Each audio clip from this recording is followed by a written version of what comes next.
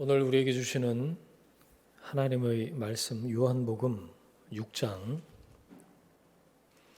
16절부터 21절까지의 말씀입니다. 제가 봉독하겠습니다. 저물매 제자들이 바다에 내려가서 배를 타고 바다를 건너 가버나움으로 가는데 이미 어두웠고 예수는 아직 그들에게 오시지 아니하셨더니 큰 바람이 불어 파도가 일어나더라. 제자들이 노를 저어 12여리쯤 가다가 예수께서 바다 위로 걸어 배에 가까이 오심을 보고 두려워하거늘 이르시되 내니 두려워하지 말라 하신대 이에 기뻐서 배로 영접하니 배는 곧 그들이 가려던 땅에 이르렀더라. 아멘. 주 예수와 동행하니 라는 제목으로 말씀의 은혜를 함께 나누겠습니다. 요한복음 6장 말씀을 나누고 있습니다. 오병이어 표적이 기록되어 있는 장입니다. 이 스토리 이후에는 예수님이 그 오병이어에 대한 해설을 해주고 계세요. 생명의 떡이다. 그 사이에 이 예수님이 물 위를 걸으신 이 스토리가 들어가 있는 거예요. 이 오병이어 표적 이후에 예수님이 자신을 붙들어서 억지로 임금 삼으려는 그 군중들을 뒤로 하시고 다시 혼자 산으로 가셨죠. 그 사람들의 손길을 뿌리치셨어요. 예수님하고 같이 있었던 제자들은 어디 갔죠? 오늘 16절에 보니까 날은 저물었고 제자들은 바다에 내려갔답니다. 뭐 하러요? 배 타고 예수님이 말씀하신 곳에 가기 위해서 그렇게 하는 거죠. 이 스토리가요. 마태복음 그리고 마가복음에는 더 자세히 쓰여 있어요.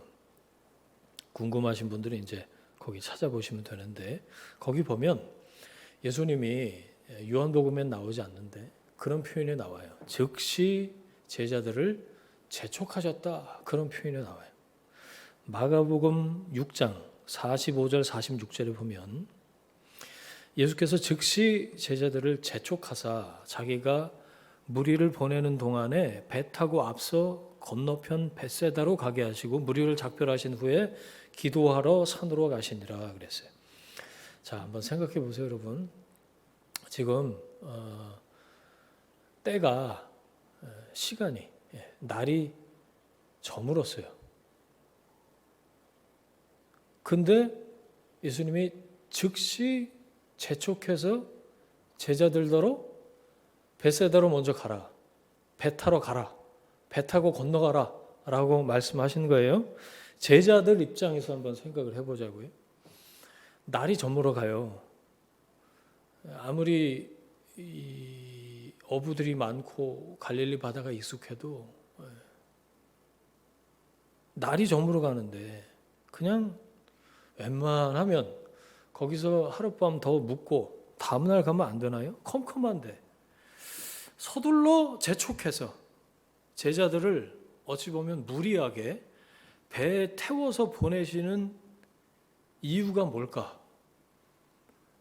저는 그 퀘스천 마크가 이 본문을 보면서 제일 먼저 떠올랐어요. 그러면서 이 말씀 묵상하면서 예수님이 산으로 기도하러 가셨다. 아, 그것과 연관이 있구나 라는 생각을 했어요. 예수님이 오병이어 기적을 보여주신 그날 밤에 산으로 가셔서 어떤 기도를 하셨을까요? 물론 아버지 하나님과 깊이 교제하시고 아버지의 뜻을 구하는 그런 기도를 하셨겠죠. 예수님이 잡히시던 그날 밤에 겟세마네 기도가 떠올랐어요. 그 내용이 뭐죠? 죽고 싶지 않다. 이 사람의 몸을 입고 오신 예수님께서 십자가 처형을 앞에 두고 이 잔이 내게서 지나갔으면 좋겠습니다. 그러나 아버지의 뜻이라면 이 잔을 받겠습니다. 마시겠습니다. 예수님은 이 날도 산으로 가셔서 이런 기도하지 않으셨을까요? 그 이유에 대해서 그렇게 추측을 하는 그 이유에 대해서 제가 말씀드려 볼게요. 유대인들이 이 정치적인 메시아, 자기들의 이 경제적인 문제를 해결해 줄 모세와 같은 바로 그 선지자를 기다렸다고 그랬잖아요.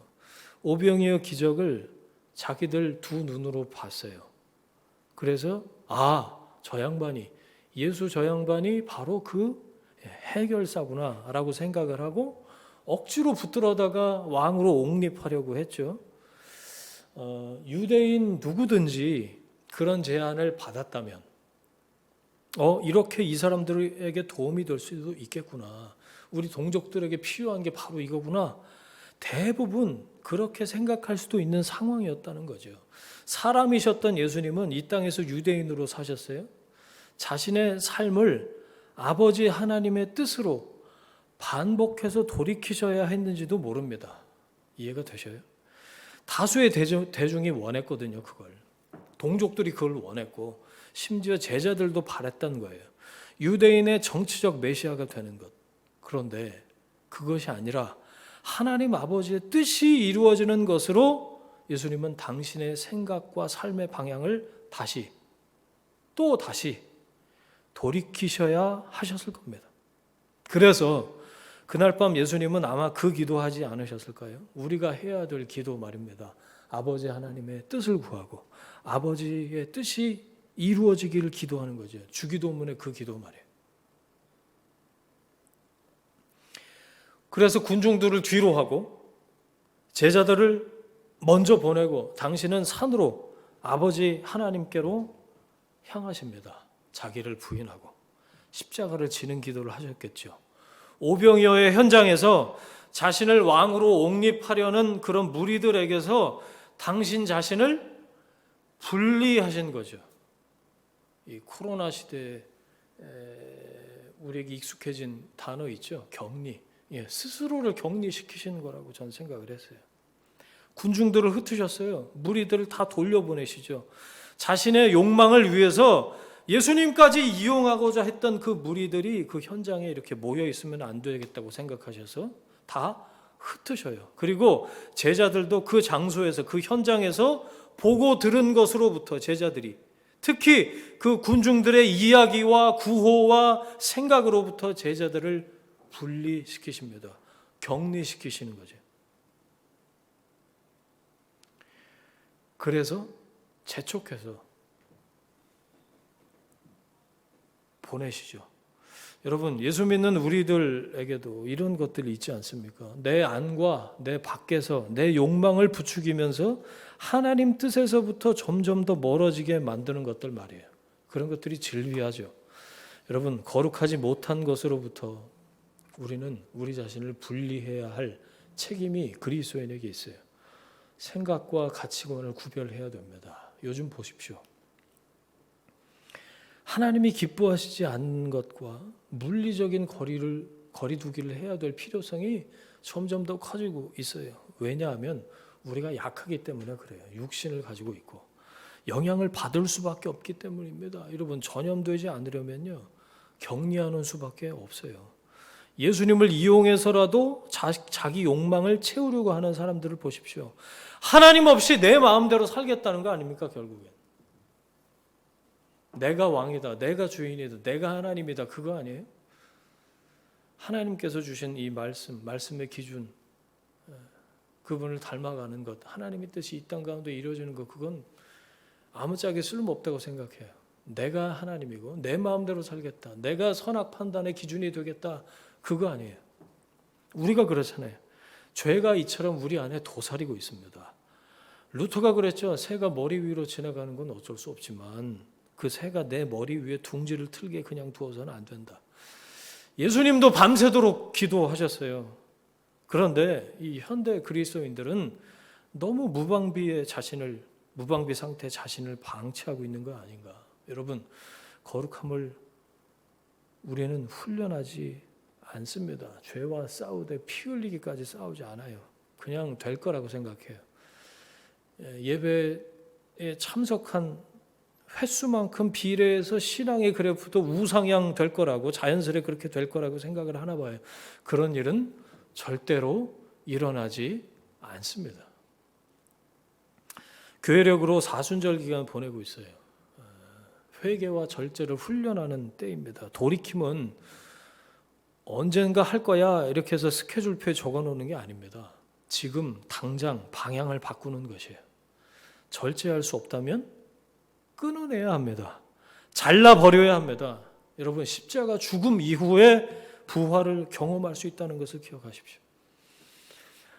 또 하나, 오늘 스토리를 통해서 우리는 한 걸음 더 들어가야 됩니다. 분리, 구별을 뜻하는 거룩함에 대해서 다시 생각해 볼 필요가 있다고 생각을 했어요. 여러분, 성경에서 말하는 거룩함은 단순히 구별, 분리만이 아닙니다. 물론 거룩이라는 것 자체가 하나님의 성품으로부터 시작된 것이어서 근본적으로 죄 없음, 구별, 구분, 질적인 다름 이런 것들을 이야기하는 것이죠. 하지만 성도의 거룩함은요, 그렇게 세상과의 완전한 단절, 나누는 것, 그것에 목적이 있는 것이 아니에요.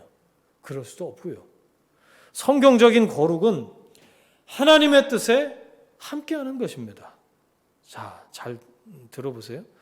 여러분 기억하십시오. 이걸 기억하셔야 돼요. 거룩은 뭐냐? 분리, 구별, 구분 이것만이 아니에요. 거룩은 동참, 연합, 함께입니다. 어떻게 하나님의 뜻에 나를 맞출 수 있을까요? 회개하는 수밖에 없어요. 돌이키는 거예요. 방향을 하나님께로 향할 때에만 그게 거룩이라는 거예요. 하나님께로 가까이 나아가는 겁니다. 우리는 하나님께 가까이 함으로 하나님과 함께 연합할 수 있습니다. 그리스도인에게 거룩이란 예수님의 성육신 모델을 본받는 거예요. 방향을 주님께로 향함으로 주님과 함께 할 수 있죠. 요한복음 15장에 나오는 포도나무 비유처럼 내가 주님 안에, 주님께서 내 안에 계시는 겁니다. 예수님이 그날 밤에 즉시 재촉해서 제자들을 배태워 보내시고 나서 제자들을 찾아오신 것처럼 말이죠. 다시 스토리로 가볼까요? 여러분, 이상하게 제자들이 배 타고 갈릴리 호수를 건널 때마다 이런 일이 좀 생기는데, 이 앞에 나오는 스토리 아세요? 먼저 번에 예수님이 같이 배를 타셨거든요. 그리고 배 안에서 고물을 베개 삼아서 베고 주무시고 계셨을 때, 그때도 풍랑 많아서 죽을 고생했거든요. 근데 그때는 예수님 배 안에 계셨고 예수님 깨워서 살았죠. 근데 이번에도 큰 바람, 광풍이 불어서 파도에 시달립니다. 그때하고 다른 건요, 예수님이 배 안에 안 계셨다라는 거예요. 제자들을 기적의 현장과 또 군중들의 그 생각으로부터 분리시키기 위해서, 군중들이 예수님을 임금 삼고자 했던 그 생각, 제자들도 좀 그 덕을 보고자 했던 생각, 그 생각이 일거에 잊혀지도록, 왜? 빡시게 노동했거든요. 밤새도록 풍랑이 시달리게 하신 것, 그거 아닐까 생각하면서도 그것만일까? 그 이유 때문일까? 그렇다면 예수님 너무 매정하신 거 아닌가? 그런 생각했어요. 여러분 어떻게 생각하세요? 마태복음 또 마가복음에 보면 제자들이 밤 4경까지, 새벽 3시, 4시경까지 죽을 고생을 했다는 건데, 그 동네에서 업으로 잔뼈가 굵은 사람들이었으니까 본능적으로 온갖 방법을 동원했을 거란 말이죠. 그렇죠? 살아남으려고. 날이 저물 때 시작했다고 그랬어요. 그걸 오후 6시쯤으로 보면 한 10시간 가까이를 배멀리하면서 풍랑이 시달린 겁니다. 자, 제자들 입장에서 먼저 생각해 볼까요? 예수님 너무하신다.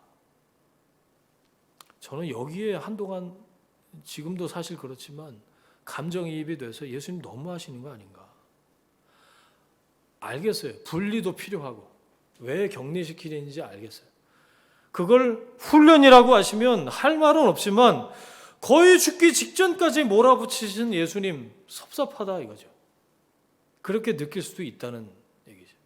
여기에 이렇게 감정이입이 되시는 분들 혹시 계셔요? 자, 제가 또 한 가지를 말씀드려볼게요. 예수님 입장에서 한번 생각을 해보신 적이 있어요? 이 말씀 보시면서 물 위를 걸으신 예수님의 입장에서 그게 이 스토리의 진의이겠죠. 예수님은 그 10시간 가까이 밤새도록 자기를 부인하는 기도를 산에서 혼자 드리셨어요. 낮에는 물론 쉴 새 없이 몰려드는 사람들 때문에 쉬지도 못하고 밤에는 자기를 부인하는 기도로, 물론 하나님이셨지만 이 땅에 육신을 입고 오신 그분께서 몸은 지칠 대로 지쳐서 쉬셔야 되는 그 시간에 제자들을 찾아오신 겁니다. 예수님이 그 새벽에 폭풍을 뚫고 물 위를 걸어서 제자들에게로 오신 건 제자들이 훈련 잘 받고 있나 이놈의 새끼들 그걸 점검차 오신 게 아니라는 거예요. 제자들이 물 위에 풍랑이 있는 배 안에 있었기 때문에 물 위를 걸어서 오신 거죠. 나 물 위를 걸을 수 있다? 이걸 보여주시려고 그런 게 아니라 제자들을 만나기 위해서, 제자들과 함께하기 위해서 그 방법을 선택하신 거예요. 물론 그걸 통해서 예수님이 똑같은 사람이실 뿐만 아니라 하나님이신 것을 보여주시기도 하신 거지만 예수님이 물 위를 걸으신 그 방법을 선택하신 이유가 거기 있었다는 거죠. 제자들을 만나기 위해서, 배 안에 있는, 물 위에 배 안에 있는 제자들을 만나기 위해서 그렇게 하신 거죠. 사랑하는 제자들이 갈릴리 호수 위에 폭풍 가운데 있는 배 안에 물 위에 있었기 때문에 물 위를 걸어서 찾아오신 거란 얘기. 예수님은 한밤중에 절망하는 순간에 찾아오십니다. 가로막고 있는 물이 있으면 그 물 위를 걸어서라도 오신다는 거예요. 내가 타고 있는 배를 찾아서 폭풍을 뚫고 반드시 오신다는 거예요. 사랑하셔서 오신 겁니다. 나를 사랑하시는 주님이 나에게 오십니다. 사랑하셔서 오십니다. 사랑 때문에 움직이십니다. 내가 바다 한가운데에서 나 혼자 이러다 죽는구나 생각하는 그곳에 나를 찾아오십니다. 물이 가로막고 있어도 그 물 위를 걸어서라도 오십니다. 나를 사랑하시는 주님, 사랑 때문에 나를 절대로 포기하지 않으시고 오신다는 거예요. 그게 느껴졌어요. 예수님 입장에서 이 스토리는 그렇게 해석을 할 수 있겠구나. 주님의 그 마음이 느껴져서 지금 좀 열이 오르게 말씀드렸어요. 마가복음 6장 49절에 제자들은 그런데 못 알아봐요. 예수님을 물 위로 걸어오시는 걸 보고 뭐라고 그랬죠? 유령인 줄 알고 소리를 질렀답니다. 내 원. 상상하지도 못한 거죠. 예수님을 알아보지 못한 겁니다. 몰라요, 몰라. 그동안 예수님과 함께 다녔던 세월이 참 무상합니다. 기적을 일으키신 걸 보고 요한복음에 나오는 표적을 보고 예수님이 누구신지 어떤 분이신지 이렇게 다녔는데도 모르는 거예요. 예수님이 말씀하세요. 오늘 20절에 이르시되 내니 두려워하지 말아라. 나다. 내가 널 찾아왔어. 너희들 사랑해서 만나려고 물 위를 걸어왔다. 나 유령 아니야. 나야. 두려워하지 말아라. 여러분, 예수님이 어떤 분이신지 알면 알수록 두려워하지 않을 수 있는 줄로 믿습니다. 두려움의 뿌리가 뭘까요? 낯선 거예요. 낯선 거. 낯설어서 두려워요. 상대에 대한 무지입니다. 몰라서 두려운 거죠. 요한일서 4장 18절 제가 사랑하고 암송하는 말씀이에요. 사랑 안에 두려움이 없고 온전한 사랑이 두려움을 내쫓습니다. 사랑과 두려움은 반비례해요. 사랑하셔서 오신 주님 때문에 제자들은 두려워하지 않을 수 있었습니다. 이 뒤에 이어지는 말씀, 아까 첫 부분에 설교 초두에 말씀드린 것처럼 생명의 떡 이야기가 나와요. 이건 좀 이따 말씀드리겠습니다. 제자들을 사랑하시는 예수님이 두 가지를 기억하세요, 여러분. 지금 제자들을 군중들과 분리하시는 동시에 저는 또 한 가지 영어 표현을 써서 죄송합니다. 리셋 하고 계신 거다라는 생각을 했어요. 예수님은 바로 지금이 제자들에게 리셋이 필요한 타이밍이라고 보신 겁니다. 컴퓨터 재부팅 다시 시작하듯이 예수님이 제자들을 리셋하십니다. 군중들이 생각하는 것처럼 나는 너희들의 먹고 사는 문제, 생존의 문제를 해결해 주기 위해서 온 해결사, 정치적인 메시아, 경제적인 문제를 해결해 주기 위해서 온 너희가 바라고 원했던 바로 그 선지자가 아니야. 너희들은 제자들에게 말씀하시는 거죠. 너희들은 나를 누구라고 생각하느냐. 나중에 이제 베드로에게 직접적으로 제자들 전체를 상징하는 베드로에게 그렇게 물어보시죠. 너희들은 나를 누구라고 생각하느냐. 제자들을 리셋하시는 거예요. 그 생각을. 너희들은 이후에 나오는 생명의 떡 이야기에서 너희들은 나를 먹어야 된다. 내가 곧 생명의 떡이다. 나는 내 안에서 너와 함께한다. 라고 말씀하시는 거죠. 배 안에 찾아오셔서. 그 말씀을 하시는 거예요. 우리가 예수 믿으면서 기대하는 게 있습니다. 여러분 뭘 기대하세요? 저는 이걸 기대해요. 인생이 폭풍이 가라앉은 평안한 삶이요. 좀 배멀미 그만했으면 좋겠어요. 좀 지나갔으면 좋겠어요. 네, 새벽까지 막 배멀미하고 풍랑 일고 아주 죽겠어요. 누구나 다 그런 기대가 있지 않나요? 예수 믿으면서. 그런데 성경은 전혀 다른 이야기를 하고 있다는 게 때로 당황스럽기도 하고 예수님 말씀에 순종했더니 밤에 배탈해요. 오병이어 그때까지는 좋았지. 근데 밤에 배탈해요. 날이 저물고 있는데. 그리고 배 탔더니 어떻게 돼요? 잔잔했던 바다에 오히려 풍랑이 일어요. 벼랑 끝까지는 몰려요. 밤 4경까지 그 짓을 해야 돼. 이게 기대했던 우리가 기대하는 평안이 아니잖아요. 주님은 때로 이 풍랑을 통해서 어떻게 하신다고요? 제자들을 분리시키시고 리셋하십니다. 여러분 풍랑 가운데 계십니까? 이 두 가지를 생각해 보세요. 지금 여러분의 삶에서 분리되어야 될 것은 무엇입니까? 여러분의 생각 중에서 리셋되어야 될 것은 뭔가요? 이 두 가지를 놓고 기도하셔야 돼요. 그 다음 말씀에 이어질 말씀이 생명의 떡 이야기라고 말씀을 드렸어요. 오병이어 표적을 예수님이 직접 해설해 주시는 거거든요.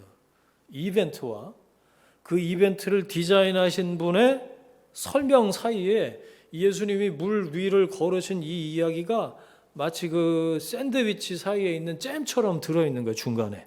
이게 마태복음, 마가복음과 다른 요한복음의 차이입니다. 그래서 이런 생각을 했어요. 왜 요한은 이 순서로 썼을까? 그런 생각 해볼 수 있죠. 그 예수님이 하신 말씀, 내니 두려워 말라에서 나다라고 번역된 단어가 에고 에이미, 헬라어로, 영어로 I am who I am. 어디서 들어보셨죠? 예, 떨기나무에서 모세가 누구십니까? 하나님한테 물어보니까 말씀해 주신, 당신이 말씀해 주신 하나님의 이름입니다. 자, 이게 뭔가요? 예수님은 지금 풍랑 위에, 물 위에 그 배 안에 있는 제자들을 찾아오셔서 나다, 나는 나다. 예수님은 지금 죄인들을 구원하시는 하나님으로 제자들에게 오신 거예요. 당신의 백성들을 구원해내고 계신 겁니다. 내가 바로 너희를 구원할 하나님이다. 그러니 두려워하지 말아라 라고 말씀을 하신 거죠.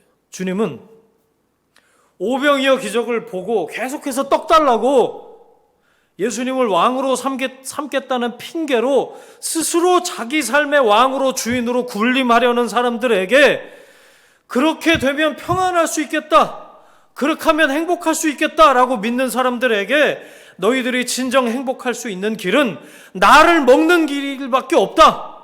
나를 믿는 자만이 영생을 얻고 구원을 얻는다. 그리고 20절에 가려던 땅에 갈 수 있다라고 이 풍랑을 통해서 가르쳐주고 계신 거죠.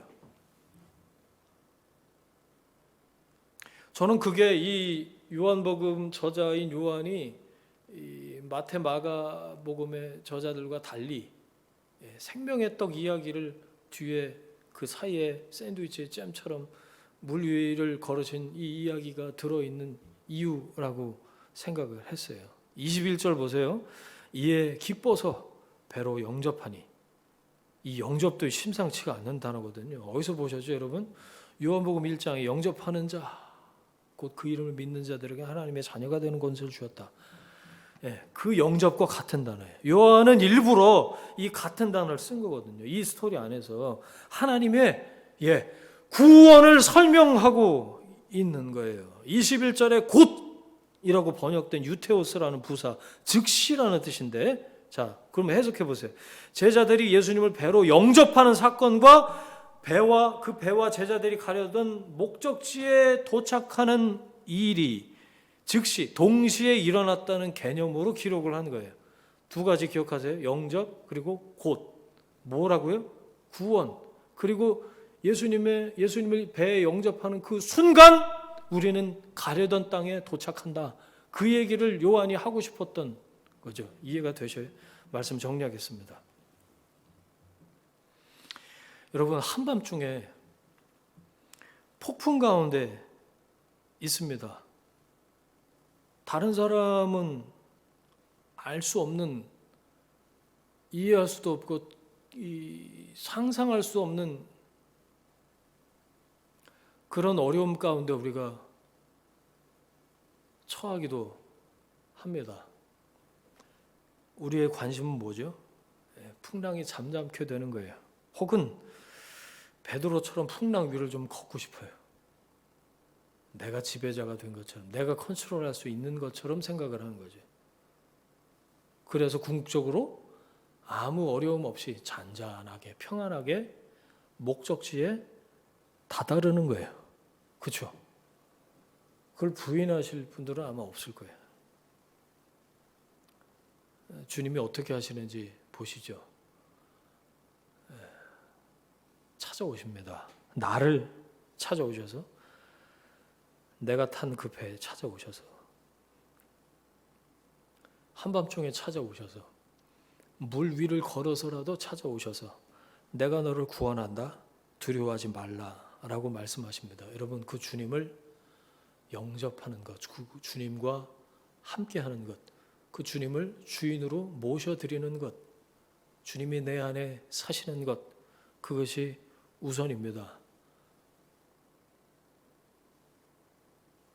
배 주인으로 오셨으니 키를 넘겨드려야죠.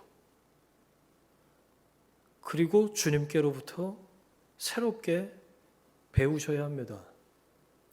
분리, 리셋, 그리고 주님이 함께 하시는 것, 이 세 가지를 기억하십시오. 여러분, 여러분이 가려는, 당도하고자 하는 그 땅에 주님이 계십니까?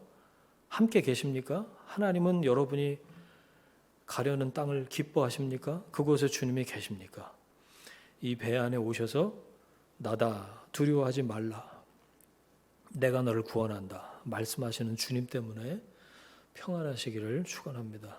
거룩은요, 나의 원함, 나의 욕심으로부터 일단 분리되는 것이에요. 그래서 하나님의 뜻에 기꺼이 함께 하는 겁니다. 주님의 뜻이 하늘에서 이루어진 것처럼 내 삶을 통해서도 이루어지기를 소원하는 것. 그분이 배에 오르셔서 뭐라고 말씀하시는지 여쭙고 들으십시오. 말씀하시는 줄 믿습니다. 말씀하실 줄 믿습니다.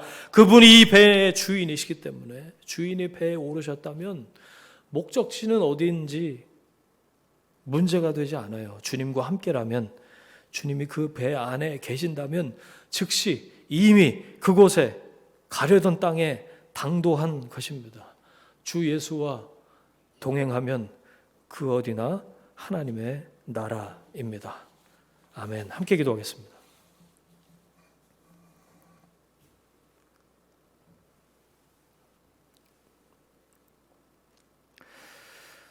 주님, 우리는 주님이 어떤 분이신지 몰라서 놀라고 두려워할 때가 많습니다. 세상 풍랑에 압도되어서 한밤중에 물 위를 걸어서라도 찾아오시는 그 주님을 알아보지 못하고, 찾아오셔서 말씀하시는 주님을 알아채지 못할 때가 많았습니다. 평안할 때보다 계속해서 두려워할 때가 지금도 훨씬 더 많습니다. 주여, 우리를 불쌍히 여겨 주옵소서. 내 인생의 배에 주인으로 오시옵소서. 창조주 하나님, 아버지 하나님을 더 깊이 알아갈 수 있도록 하옵소서. 한밤중에 물 위를 걸어서라도 나를 찾아오시는 사랑하는 주님을 주인으로 영접하게 하옵소서. 내 배에 키를 넘겨드리게 하옵소서. 주 예수와 동행함으로 내가 가려는 땅이 아니라 주님이 가라고 하시는 땅, 소원의 항구에 다다르는 우리의 삶이 되게 하옵소서. 이제는 우리의 주인 되신 예수 그리스도의 은혜와 하나님 아버지의 사랑하심과 성령님의 동행하심이 주님과 함께 주님이 기뻐하시는 곳에 평안 가운데 다다르기를 원하는 하나님의 사람들 위에, 그들의 일터와 가정과 자녀들 위에 지금부터 영원까지 함께 하시기를 간절히 축원하옵나이다. 아멘.